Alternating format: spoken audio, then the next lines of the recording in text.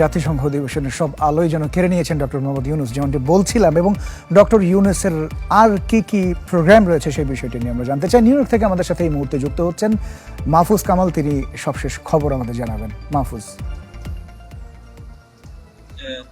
আজকে আমরা জানতে পেরেছি অন্তর্বর্তীকালীন সরকারের প্রধান উপদেষ্টা ইউনূস সকালে তিনি ঠিক সকালটায় জাতিসংঘ সভাপতি হয়েছেন এবং তিনি সকালে human rights CSO coordinator Carrie কেনেডির সাথে বৈঠক করেছেন। এরপরে তিনি সামান্তা পাওয়ার, তিনি ইউএস এইডের একজন কর্মকর্তা, হয়েছে মার্কিন যুক্তরাষ্ট্র ইউএস এইডের মাধ্যমে বাংলাদেশে সামনের দিকে কি ধরনের বিনিয়োগ বা কি ধরনের সহায়তা দিবে সে বিষয়গুলোতে।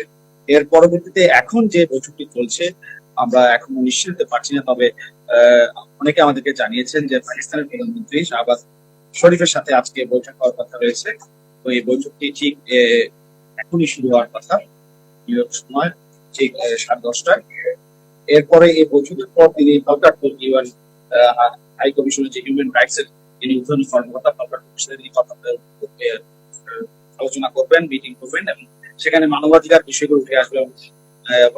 তিনি 5 আগস্ট এবং এর আগে যে ঘটনাগুলো ঘটেছিল এবং ছাত্রদের যে ত্যাগ এবং যারা এই দেশকে 5 আগস্টের পরবর্তী এই পরিস্থিতির জন্য যে ত্যাগ স্বীকার করেছে সেগুলো তিনি তুলে ধরবেন।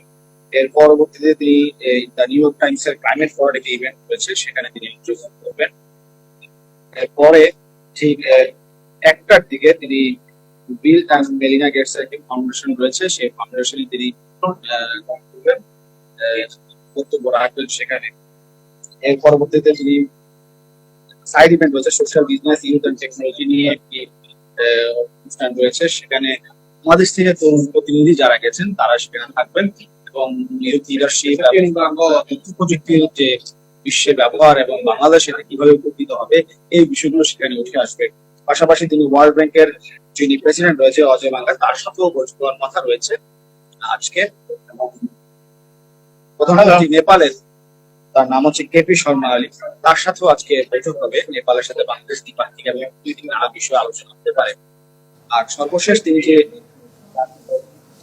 জানতে পেরেছি সেটি হচ্ছে তিনি বাংলাদেশি দিকে রয়েছেন যাদের সাথে গতকাল সাক্ষাৎ হয়নি, এখানে বড় বড় প্রতিষ্ঠানে কর্মরত রয়েছেন এবং রয়েছেন, তাদের সাথে দেখা করার কথা রয়েছে, তবে এটি এখন নিশ্চিত নয়।